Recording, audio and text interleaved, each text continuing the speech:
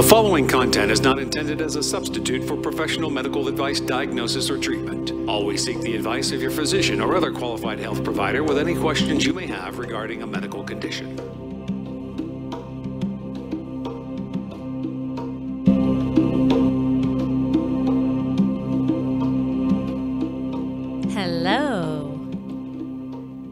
Hello and welcome everyone.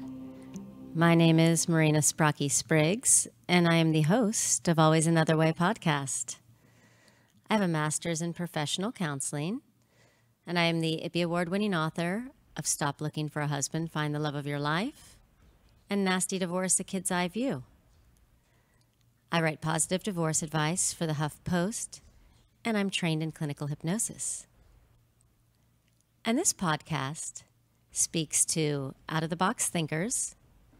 It's for those who hear the call of hope and always another way.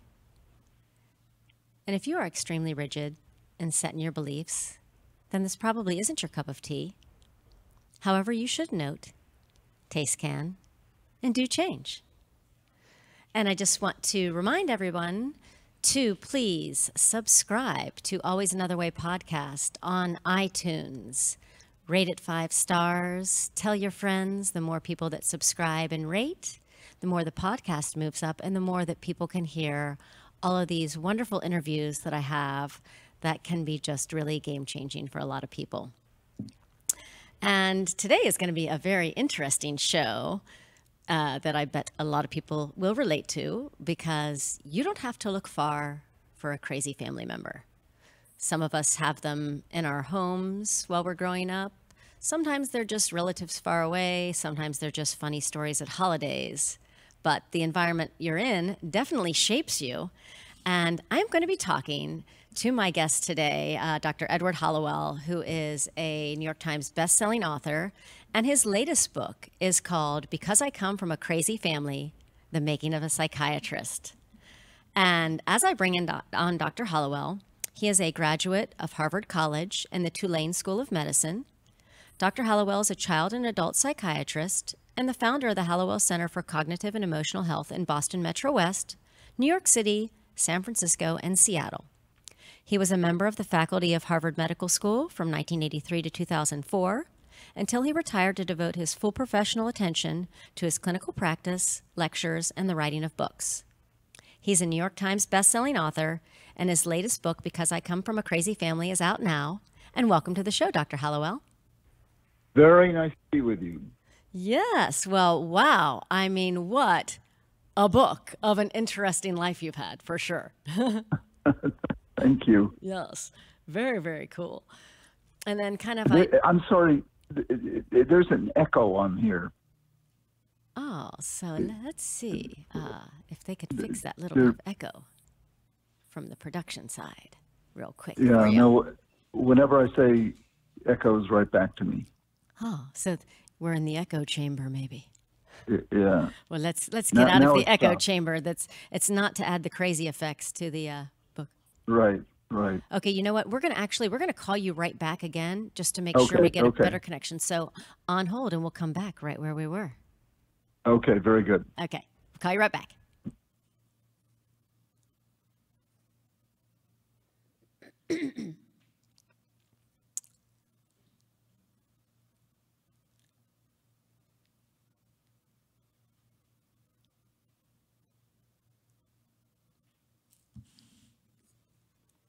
Hi. Hello, Dr. Hallowell. How's that? Good. And just so you know, I have a hard stop in a half an hour. Okay, perfect. So I'll keep my eye on the time for you. Okay. So we'll start. So there's just a lot of recent research out now about childhood trauma and the ACEsTooHigh. And definitely, after reading your book, you clearly beat the odds.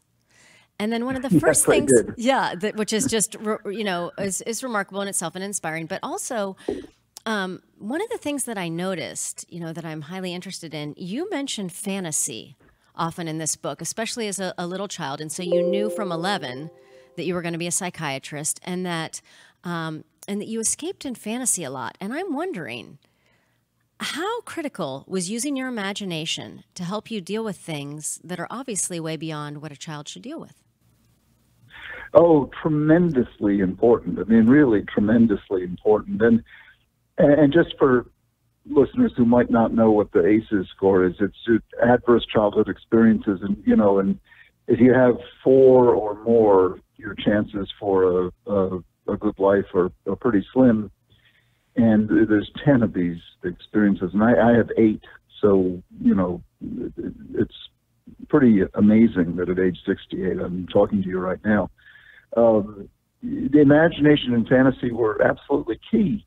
But if you think about it, what people who are in the midst of trauma, they often dissociate, and dissociate is sort of the ultimate of fantasy. You sort of leave your body and go into another world, and that's kind of the ultimate. It's almost psychotic fantasy, and so it's sort of the kind of fantasy and imaginative stuff I would do as a kid is sort of a graduated version of that. It's kind of a modified version of that. And I certainly wouldn't leave my body and go into a psychotic state, but I would kind of live in an imaginary, not in a crazy way, but in a very adaptive way. I'd read, and I would use fantasy very liberally to imagine wonderful places, and I think that's how imagination can save us. I didn't do it on purpose. I did it very naturally. Yeah. It's a wonderful aid. Your mind does not have to be where your body is, and it saves us in all kinds of situations, from boring cocktail parties to traumatic childhoods.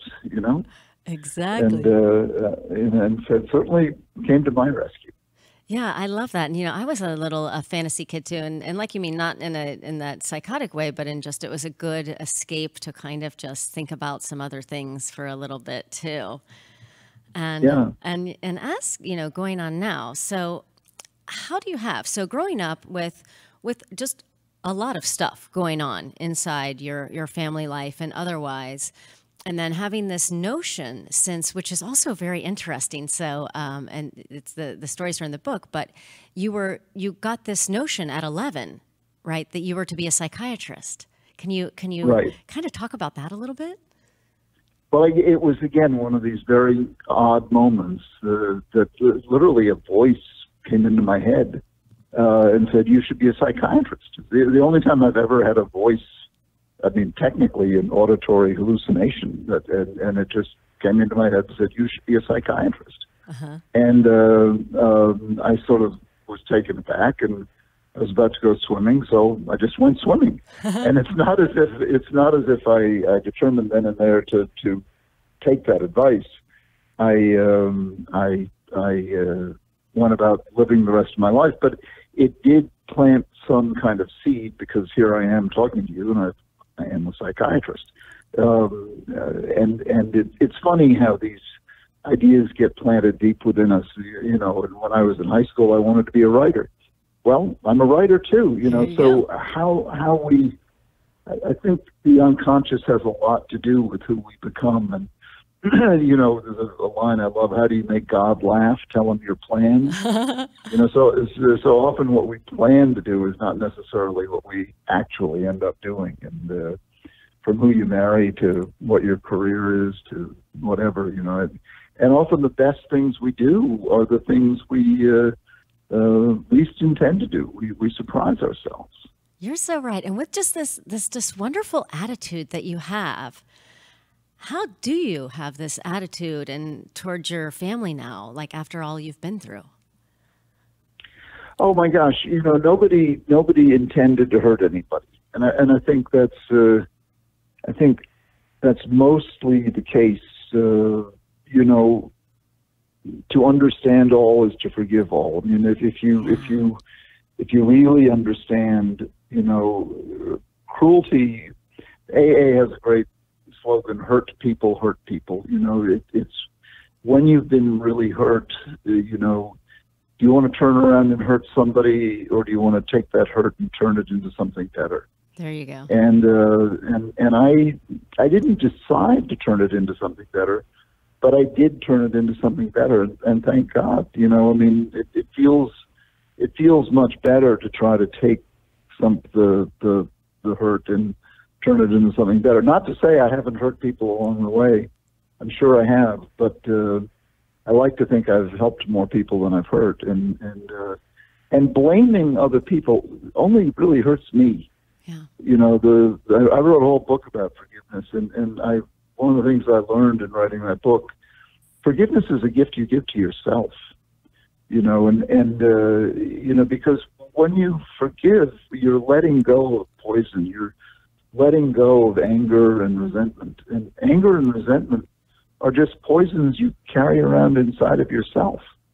You know, the other person is not even aware as you're sitting there hating them and resenting them. You know, they're not hurt by it. You're the one who's hurt by it.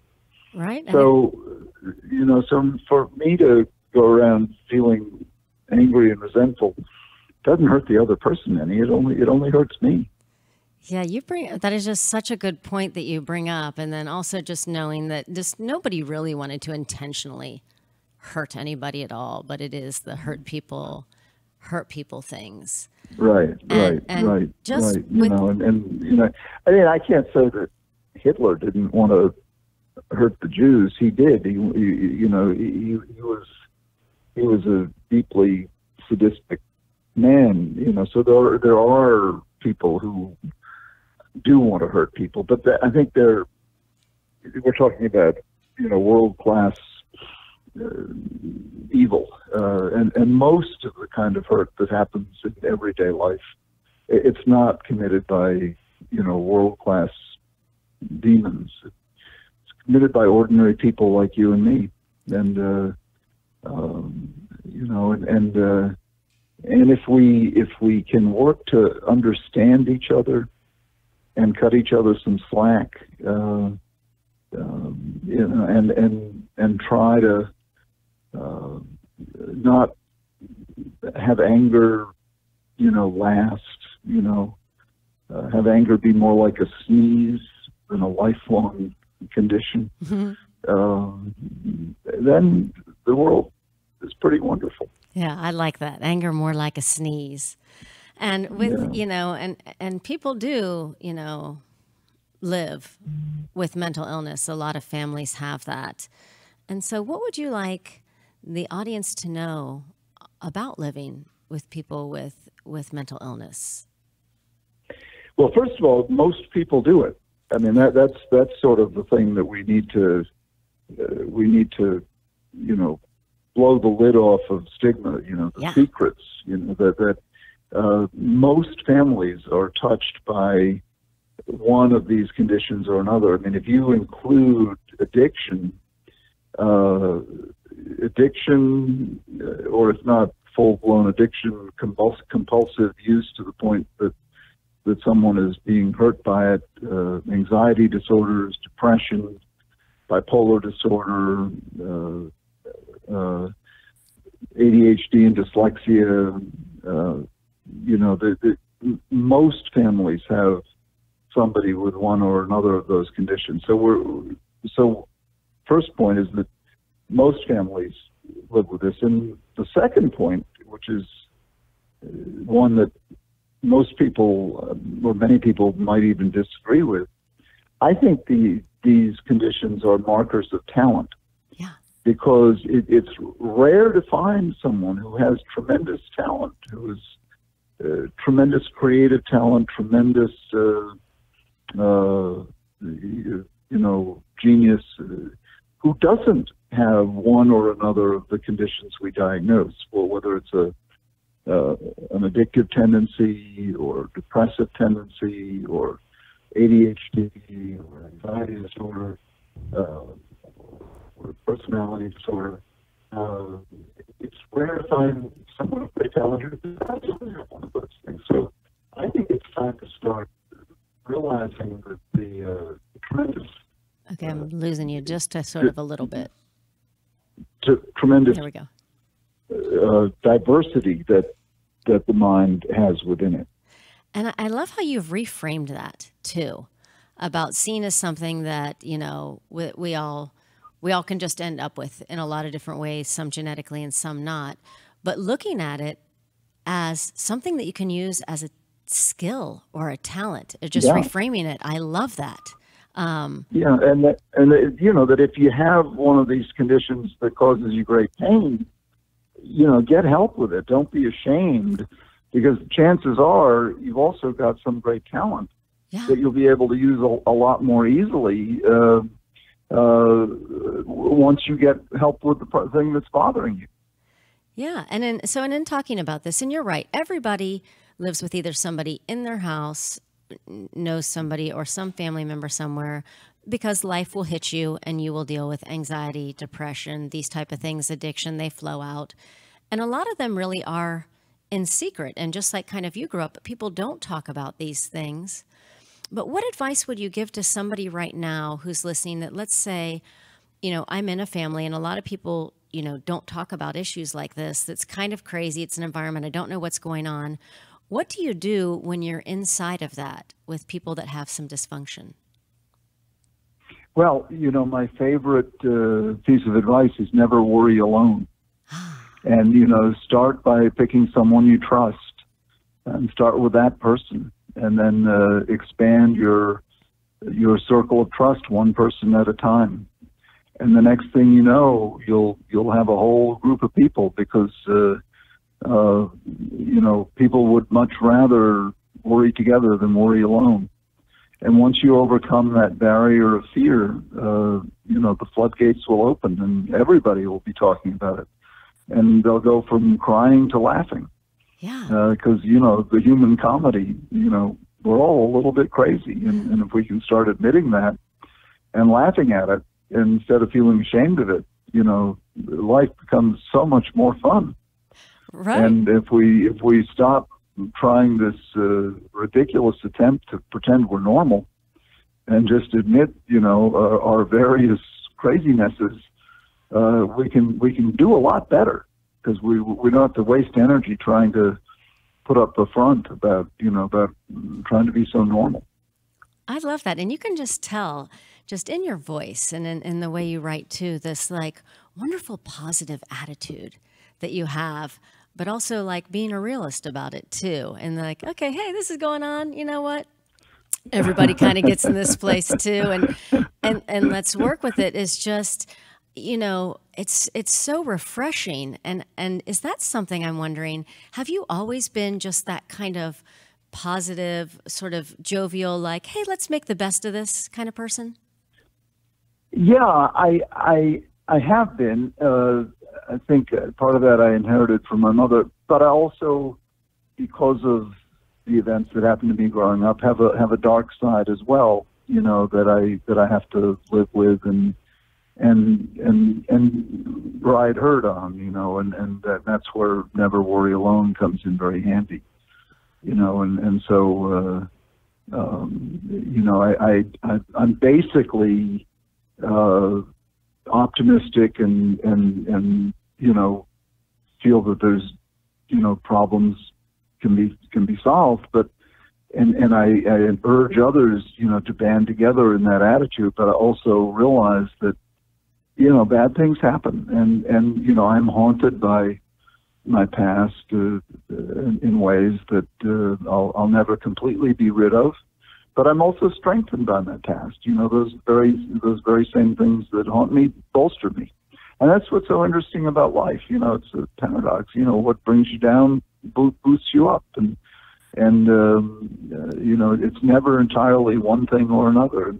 But that's why we need each other, because when we're down, someone else will bring us up. And when we're up, you know, we can bring someone else who's down up. And, you know, that's, you know, that's why it's so important that we not get isolated. The one thing never to let happen to you is don't ever be isolated.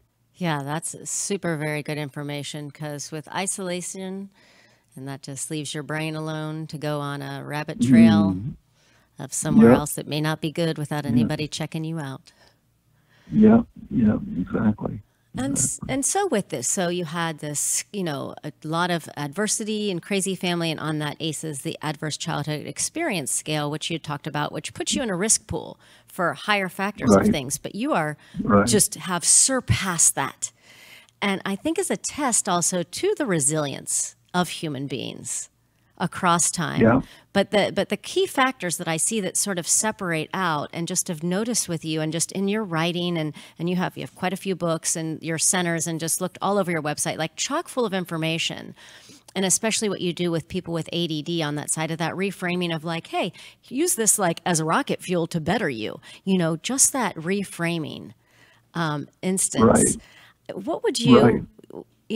what else would you tell people listening that might be feeling like, oh, I'm just the only one, and I'm on this scale? Like, what kept you going to say, okay, well, this happened, but I'm still going to, achieve and try and maybe fail and maybe do bad, but try again? It really does come back to connection. You can't do it alone, because when you're feeling completely down, and I've been there, I have been there. I felt bereft. I felt just betrayed and completely just terrible. I've literally turned to my dog Ziggy, who's died and gone to heaven, but I've turned to my dog, so it wasn't even a person, and cried, holding Ziggy, and said, "What can we do, Ziggy?" Oh. And Ziggy helped me. Ziggy licked my face, and I connected with Ziggy. And so it was with Ziggy that I reached out, and so but you can't do it alone. It's just, you just can't. And so you can't reach out to a person, reach out to a dog, reach out to God if you have that in your life. But it's better if you can hold. God's hard to hold, so if it can be a person, a dog, sometimes even a teddy bear, but something that you can hold on to and hug and squeeze and just feel that connection. Feel that connection. Sometimes I've seen people hugging a gravestone and weeping, and when you're feeling that terrible way, some connection and some sort of embrace can get you started again. Just don't let yourself go to that terrible place of isolation, because that's when bad things happen. And then you get started, you get connected. Then go to some kind of gathering, whatever has meaning to you, or maybe you just go to a movie, you go to some place to escape. Maybe you go to a concert, or maybe you go to a gym if you have it in you to work out, or I happen to believe in God, so I go to church. I'm an Episcopalian. Or maybe you meditate, or you go do some yoga, or maybe you go for a run. Maybe you go to your favorite restaurant, or maybe you go to a Starbucks, and but you want to go to a place where there are people. Yeah. You want to put yourself in the company of people, because there's a special energy that people have that you can't get from an iPhone, and you can't get from a television. So if you can put yourself in the presence of people, that's really important. I love that. And just with all this just super good advice, just can you tell everybody where we can find you and get your book and any other things that you've got going on, tour dates and stuff like that? Sure. I'm my latest book, Because I Come from a Crazy Family, is on Amazon. And I'd love, if you read it, I'd love to hear from you. My email is Dr. Hallowell, just Dr. Hallowell at gmail.com. I answer all my emails, and I'd love to hear from you. You know, I live in the Boston area in Arlington, and I also have an office in New York City. And I'm all about connection, so I really mean it when I say I'd love to hear from you. And I think the great problem in the world today is disconnection. You know, I think that's why we're having the rise in suicides and, you know, and the depression and you know, I think, you know, people are just feeling lonely. In fact, the Surgeon General designated loneliness as the #1 medical problem. Yeah. #1 medical problem. It will kill you. So, and that's where shows like yours are so important, trying to bring people together. You know, it's really important. Absolutely. And your message, just with this book and the other books and the work that you do, of just that positivity, that reframing, and also just like a little bit of normalizing too, that, hey, you're not the only one out here. Because I come from a crazy family, and you read this book and you'll just see, and you'll find maybe somebody you know in your family that's maybe like some of the, and you have a big family, a lot of the different characters in your family. And then to be inspired by the way you've just continued to say, okay, I'm not going to let this stop me or define me. This happens, but I can keep going on, see things in a better light, stay connected with people. And even in times of doubt, you've got Dog Ziggy, anybody else with you. And I just love that you've just provided all this information for people listening to know that they can reach out and that they're not alone. Yeah, that's for sure. We're truly not alone, and just overcome whatever little bit of fear or embarrassment that you might have, and just let it go, and just reach out. Well, that sounds a great place to leave off. Well, thank you so much, Dr. Hallowell, for being on. I will have the links everywhere where you can find him and his book. I really appreciate you taking the time. Thank you for having me. Take care. Thank you. And you know that there is always another way.